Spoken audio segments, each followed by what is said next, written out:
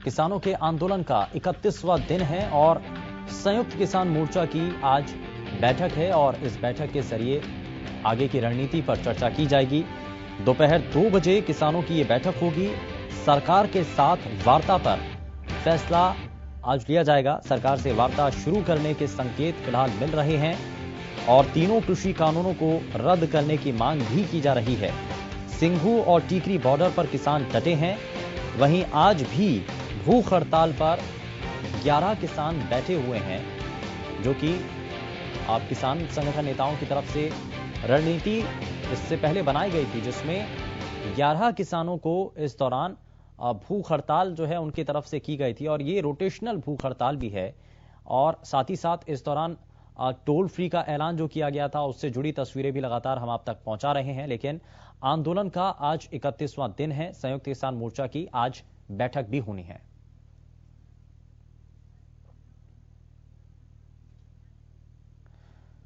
और इस सभी चीजों को साझा करने के लिए हमारे संवाददाता रमाकांत हमारे साथ झज्जर से जुड़ चुके हैं।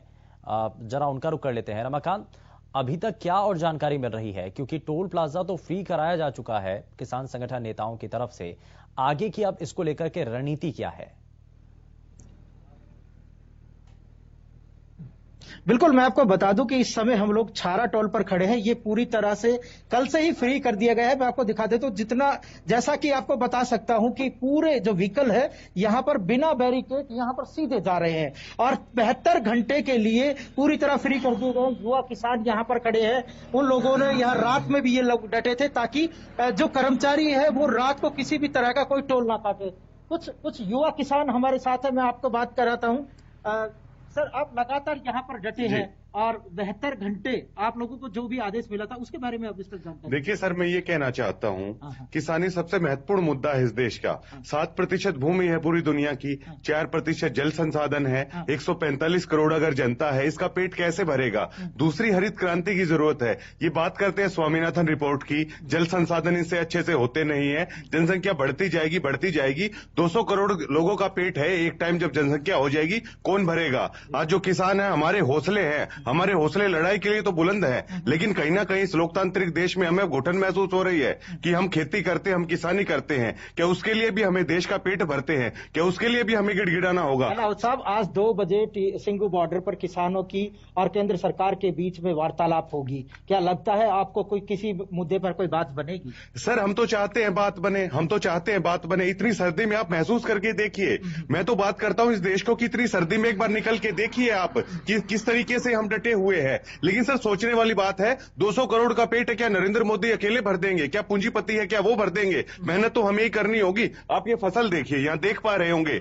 लोगों को सोचना होगा हम कैसे मेहनत करते हैं। जब किसान का हौसला ही टूट जाएगा, जब किसान को भरोसा ही उठ जाएगा कि इस देश की सरकारें हमारा सोच नहीं रही है, तो 200 करोड़ की जनसंख्या जब हो जाएगी, पेट कौन भरेगा इस देश का? ये सोचना होगा। पूंजीपति नहीं भरेंगे, ना कोई कॉर्पोरेट भरेंगे, ना प्रधानमंत्री नरेंद्र मोदी भरेंगे। सत्ता तो आएंगी जाएंगी, लेकिन किसानों का, इस देश को भी सोचना होगा, इस देश को भी इस लड़ाई में साथ देना होगा। हम मेहनत करते हैं सर, मिट्टी को खोद के उससे अन्न उत्पन्न करते हैं, देश का पेट भरते हैं। हम सिर्फ यही मांग रहे हैं, हम मेहनत करते रहेंगे, हमें उसका उचित मूल्य दे दिया जाए। हमारी मंडियां खत्म मत कीजिए, हमारा समर्थन वो चीज तो केंद्र सरकार लिखित में दे रही है कि मंडियां खत्म नहीं होगी, एमएसपी खत्म नहीं होगी। उसके बाद किस चीज का डर है आप लोग? सर, आप ये बताइए, लोकतांत्रिक देश में है, 8 दौर की वार्ता हो चुकी है, हमारे किसान संगठन वहां पे बातचीत कर रहे हैं, कम से कम सरकार है वो प्रॉपर तरीके से नहीं दिया है। हमें डर है इस चीज का। एक देश के सामने एक सार्वजनिक बहस होनी चाहिए, एक पूरे देश के सामने, जहां पे सारी मीडिया हो, उसके सामने किसान संगठनों से ये बातचीत करें,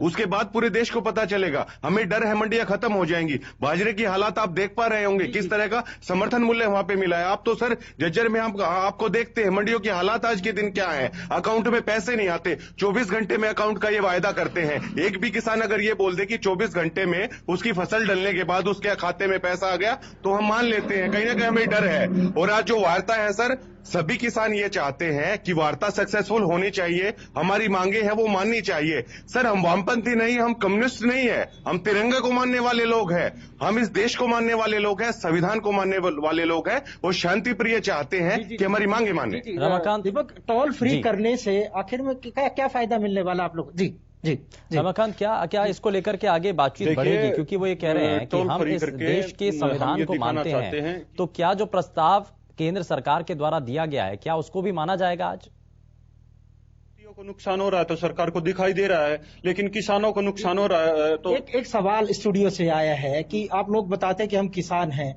जो क्या किसानों की बातें अगर केंद्र सरकार मानती है तो क्या उस चीज को जो आप लोगों ने पॉइंट दी है, तो क्या उस चीज को आगे बात बढ़ेगी उस चीज के लिए?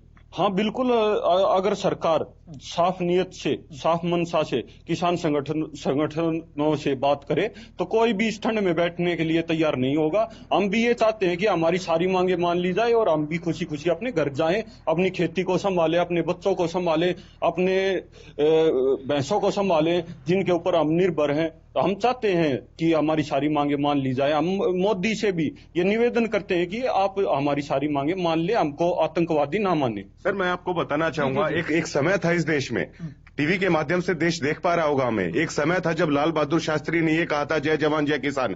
अमेरिका से लाल सड़ा गड़ा गेहूं इस देश में आता था। उस टाइम लाल बहादुर शास्त्री जी ने कहा कि एक दिन का उपवास रखिए। इस देश के किसानों का हौसला बढ़ाया, हरित क्रांति की नींव रखी गई, किसानों भाखड़ा नंगल डैम जैसी योजनाएं किसानों के लिए बनाई गई। आपको ये सारी चीजें पता है। आज उस देश उस मुहाने पर आ खड़ा हुआ है कि 145 करोड़ लोगों का पेट भरते हैं। ना केवल अपने देश का पेट भरते हैं, बल्कि ईरान, इराक, वहां भी तेल के बदले अनाज हमारा जाता है। जब देश का इतना समर्थ हो गया, जब हम हमने देश के अन्न के भंडार भर दिए हैं कि आज हमारी जरूरत नहीं है इस देश। बहुत बड़ी बात है शुभेंदु। इन लोगों ने कहा है कि सरकार को, जब लाल बहादुर शास्त्री ने एक दिन का उपवास के लिए किसानों का मनोबल बढ़ाया, भाखड़ा नंगल डैम हो, इस तरह की जो चीजें थी वो पहले की सरकार करती थी। लेकिन नरेंद्र मोदी ने जो तानाशाही करी है उससे किसान कहीं ना कहीं आहत भी हुए हैं और सरकार से यही मांग करते हैं कि जो कृषि कानून, जो काले कानून है, उन्हें तुरंत प्रभाव से निरस्त कर इन लोगों की जो मांगे हैं वो मान लेनी चाहिए। ये लोग नहीं चाहते कि ठंड में ये बैठे रहें, हमें भी अपने घर जाना है, क्योंकि 1 महीने से ज्यादा ये लोग हो चुके हैं।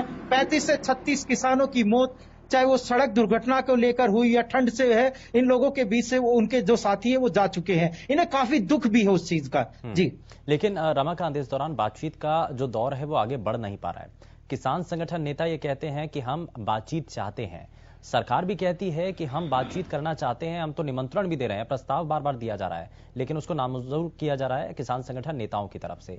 तो अब दोनों तरफ से ये कहा जा रहा है कि बातचीत तो हम चाहते हैं, लेकिन बातचीत आगे बढ़ेगी कैसे, इसको लेकर के क्या होना चाहिए? क्या इस पर कहीं राजनीति हो रही है?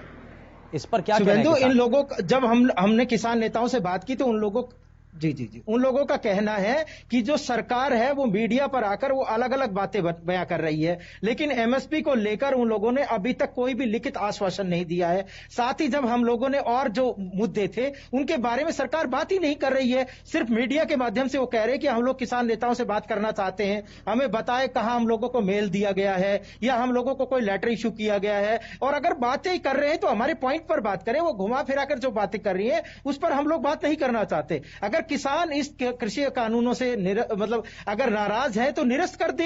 इससे पहले भूमि अधिग्रहण जो बिल लाया गया था उसे भी तो सरकार ने निरस्त किया था। वो अपना प्रेस्टीज इश्यू क्यों बना रही है सरकार, ये समझ में नहीं आ रहा है। 1 महीने से ज्यादा, उससे पहले भी शांतिपूर्वक वो धरना कर रहे थे, उसके बाद भी सरकार ने नहीं मानी और उसके बाद ये दिल्ली जाना चाहते थे, इनको दिल्ली नहीं घुसने दिया गया। तो ये कहते हैं कि सरकार ही है जो कहीं ना कहीं ये सारी चीजें इंप्लीमेंट नहीं करना चाहती है, किसानों से बात नहीं कर रही है। ये सिर्फ मीडिया में आकर ही ये लोग बिना वजह की बयानबाजी कर रहे हैं। हम लोगों पर ऐसे कोई भी ना मैसेज आए हैं, ना हमसे वो बात करना चाहती है, ना हमारी जो पॉइंट है उस पर वो बात नहीं करना चाहती। लिखित तौर पर एक प्रस्ताव दिया था जिसमें जो आपत्तियां दर्ज की गई थी किसान संगठन नेताओं के द्वारा, उसको हमने स्वीकार किया था और लिखित तौर पर चाहे एमएसपी की बात हो, चाहे 8 अलग अलग जो आपत्तियां दर्ज की गई थी उनको संशोधन के तौर पर एक प्रस्ताव धरना स्थल पर भी भेजा गया था। अलग अलग किसान संगठनों को भी इसके बारे में जानकारी दी गई थी, लेकिन आखिर इस पर आगे बातचीत क्यों नहीं बढ़ पा रही है, बड़ा सवाल यही है। खैर, बहुत शुक्रिया रमाकांत, इस पर जानकारी आपने दी और किसानों से आपने बात